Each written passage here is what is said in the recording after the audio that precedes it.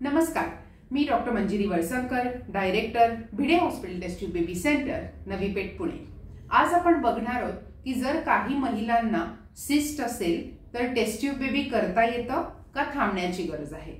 आता बऱ्याच पेशंटमध्ये ज्यांना गर्भधारणा होत नाही त्यांच्यामध्ये काही हार्मोनल इम्बॅलन्सेस असल्या कारणाने स्त्रीबीज किंवा अंड चांगलं तयार होतं पण फुटत नाही। आता ही जी न फुटलेली स्त्रीबीज असतात ती पुढच्या सायकलला सिस्टच्या स्वरूपात सोनोग्राफीमध्ये दिसतात। आता कुठल्या पद्धतीचं सिस्ट आहे हे पाहणं अतिशय गरजेचं आहे।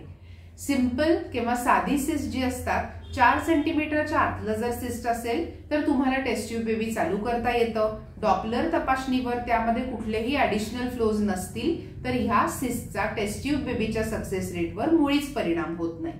जर 4 सेंटीमीटर पेक्षा मोठं सिस्ट असेल म्हणजे साधारण सफरचंदाच्या साईजचं तर त्यामध्ये रक्तस्राव होण्याची शक्यता असते किंवा ते जर एंडोमेट्रियोटिक किंवा इतर कॉम्प्लेक्स सिस्ट असेल तर ते काढून मग आपल्याला टेस्ट ट्यूब बेबी करण्याचं सुचवलं जातं। त्यामुळे जर तुम्हाला वारंवार सिस्ट होत असतील तर तुम्ही तुमच्या टेस्ट ट्यूब बेबी डॉक्टरांशी निश्चितपणे ह्याचं शंकाचं निरसन करून घेणं गरजेचं आहे। आणि साधं सिस्ट असेल तर पुढे जाता येतं, कुठल्याही प्रकारचा सक्सेस रेट कमी होत नाही।